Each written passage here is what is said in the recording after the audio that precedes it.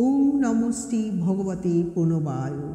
ভারত সেবাশ্রম সঙ্গের প্রাণ প্রতিষ্ঠাতা অলৌকিক দিব্য শক্তি সম্পূর্ণ মহাপুরুষ যুগাচার্য আচার্য শ্রীমৎ স্বামী প্রণবানন্দজি মহারাজ। তিনি ছিলেন অন্তর্যামী ভগবান। তিনি তার সন্তানদের অন্তরের কথায় সব অবলীলায় বুঝে যেতেন। তিনি বলেছেন, আমি তোমাদের সব জানিতে বুঝিতে পারি। এখানে কেহ চাতুরি চালাকি করিতে পারে না।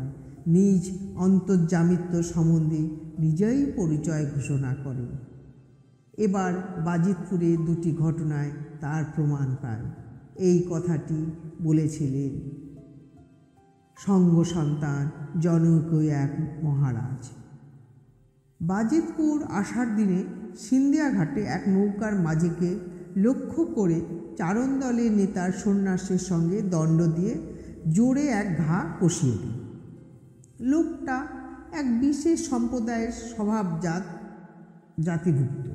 কোনো অন্যায় আমরা করিনি, অথচ একবার মাত্র তার নৌকার দর জিজ্ঞাসা করা হয়েছিল। তাতে দাবি তার নৌকা নিতেই হবে, অথচ নৌকাটি পছন্দসই নয়। সে রীতিমতো তর্ক জুড়ে দেয়। অবশেষে নিরাশ হয়ে চারণ দল নেতার মুখের কাছে মুখ নিয়ে রূঢ়কালী বর্ষ। সাধু না বেটা পাজি, বিদ্রোহ জাগে মনে, তাতেই আঘাত। তবে প্রদত্ত আঘাতটি ফসকে যায়। লোকটাও নিজেকে অন্যায়কারী ও অপরাধী জেনে দৌড়ে পালায়। কিন্তু কাজটা কি ভালো করা হয়েছিল? সন্ন্যাসীর পবিত্র দণ্ড কি হিংসার কাজে ব্যবহৃত হওয়া উচিত? ভবিষ্যতে অনুরূপ ক্ষেত্রে কর্তব্য কি? পড়ে পড়ে মার খাওয়া আর অপমান সহ্য করা, না প্রতিকারে বদ্ধপরিকর হওয়া? সন্ন্যাস দীক্ষাকালে দণ্ডখানি হাতে তুলে দিতেই মনে প্রশ্ন জাগে। প্রশ্নের সদ্য মীমাংসা করে নেওয়াই উচিত। জিজ্ঞাসু দৃষ্টিতে শ্রীমুখ পানে কেবল তাকায়। তৎক্ষণাৎ শতপ্রণোদিত হয়ে বলে, প্রয়োজন হলে আত্মরক্ষাও করা চলবে। জিজ্ঞাসার পূর্বেই উত্তর। অন্তর্যামী পুরুষ ভিন্ন কে রূপ করতে পারে? বিশেষ করে এই উপদেশ শুধু আমাকেই দেন, আর 5 জন সন্ন্যাস প্রার্থীকে দেন না। তাদের এই সমস্যা ছিল না। যদি সবাইকে বলতেন তবে বুঝতাম এই উপদেশের কোনো বিশেষত্ব নেই।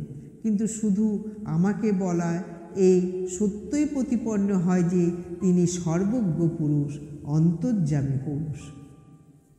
দ্বিতীয় ঘটনাটি আরও চমকপ্রদ। 9 ও 10 ফাল্গুন শেষ হয় মাঘী পূর্ণিমা উৎসব। 11 ফাল্গুন শ্রী শ্রী ঠাকুরের বিশেষ দোললীলা। 12 ফাল্গুন পূর্ণ বিশ্রাম। 13 ফাল্গুন শ্রী শ্রী সংঘাদির সঙ্গে সকল সন্ন্যাসী ব্রহ্মচারীকে নিয়ে যাত্রা করবে ভোগদিয়া। তথায় আগামী 14 ও 15 ফাল্গুন বিরাট মহোৎসব ও হিন্দু সম্মেলন। ভোগদিয়া উৎসব সমাপনান্তে গোয়ালন্দ হয়ে সংঘবাহিনী কলকাতায় ফিরে আসবে।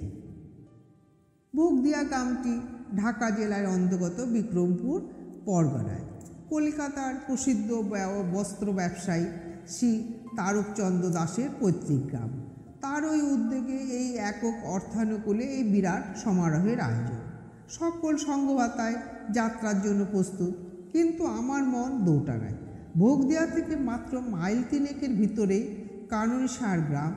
চতুষ্পার্শ্ববর্তী গ্রামগুলির প্রায় সর্বত্র ঘনিষ্ঠ আত্মীয় স্বজনের বাস। কাননসার পৈতৃক ভূমি। আমার তথায় যাওয়া উচিত কি? আত্মীয়দের ঝামেলা হতে পারে। কর্তব্য সম্বন্ধে যথাস্থানে প্রশ্ন করলে সমাধান পাওয়া যেত অক্লেশে, কিন্তু তা করিনি। প্রথমত, আচার্যদেব অতিমাত্র কর্মব্যস্ত। দ্বিতীয়ত, এই সার্বজনিক আনন্দযাত্রা থেকে নিজেকে বঞ্চিত করতে যেন মন চাইছিল না। কী হবে সেখানে গেলে?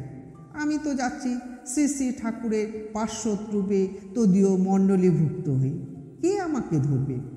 ঠাকুরই তো একদা আশ্বাস দিয়ে বলেছেন, খোকা, কে ধরবে তোকে?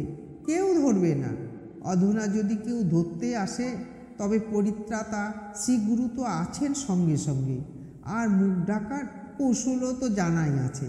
চট্টগ্রাম থেকে গৃহপলায়নকালে মুখ ঢাকা হয়েছিল সংবাদপত্রের কাগজে। এবার না হয় মুখ ঢেকে নিব গেরুয়া কাপড়ের আড়ালে, কেউ এই পোড়া মুখ আর দেখবে না। অন্তরঙ্গ সখা ব্রহ্মচারী মাখনকে মনের কথা জানিয়ে আমিও এক বিশেষ নৌকায় আরোহী। শ্রী শ্রী আচার্যদেব সপরিকরে পদাশ্রিত পৈতৃক দেশের যাত্রী সেই জনপদের মাটি ধন্য করতে। ধন্য হবে পদাশ্রিতের পিতৃভূমি, কৃতার্থ হবে সে দেশের অগণিত নরনারী। জয় শ্রীগুরু। কিন্তু না, পদাশ্রিতে যাওয়া আর হয় না। প্রবর্তক সাধকের পিতৃভূমি দর্শন নরক তুল্য। কী করে ঠাকুর জানলেন? মাখন বলেছে নাকি তার নৌকাখানি সর্বজ্ঞগামী? আমাদের নৌকা পশ্চাৎযাত্রী তরুণী শ্রেণীর মধ্যবর্তী এক বিশেষ স্থানে। বাজিতপুর মঠ ছড়িয়ে কয়েকশো গজ যেতে না যেতেই স্বামী বিশ্বসানন্দজি খালের পাড় দিয়ে প্রদব্রজে এগোচ্ছেন আর পদাশ্রিতের নাম ধরে ডাকছেন। নৌকার ছপ্পরে বাইরে এসে দাঁড়িয়ে সাড়া দিন। স্বামীজি বলেন, তোমাকে স্বামীজি মহারাজ ডাকছেন। ইঙ্গিত পেয়ে মাঝি তীরবিগে তড়ি চালিয়ে দেয়। অল্পক্ষণের ভিতরে সর্বজ্ঞগ্রামী নৌকাখানি স্পর্শলা। ভেতরে গিয়ে শ্রীচরণে প্রণতি নিবেদন। বলেন, তোকে কলকাতা যেতে হবে। রাঁচির কেদারবাবু এবং পূর্ণিয়া সুশীলা দেবী ও চারুবালা দেবীকে নিয়ে ভাড়া দিয়ে দেন। বিদায় প্রণতি অন্তে নিজের নৌকায় ফিরে আসি। নৌকা ভিড়ে মঠের গায়ে মারুতি বিক্রমে এক লম্ফে ভূমিতে অবতরণ। সে রাত্রিটি যাপন করি মঠেই। পরদিন যাত্রীদল নিয়ে কলকাতা অভিমুখী। রাঁচির কেদারবাবু প্রবীণ এবং যোগ্য ব্যক্তি, জমিদার বংশের ছেলে, জবরদস্ত পুরুষ। তিনি সঙ্গে থাকতে ভক্তময়ী দুজনকে নেতৃত্ব দিতে পদাশ্রিতের এমন কি প্রয়োজন ছিল? আর বেছে বেছে পদাশ্রিতকেই বা কেন নির্বাচন করা হয় এই বিশেষ কাজে? অন্তর্যামী ঠাকুরের এটি সময়োচিত বিধান। ভোগ বিমুখে ভোগ দেওয়া যাত্রা অনুচিত। ওম তস্যাৎ। ওম গুরু কৃপা হি কেবলম।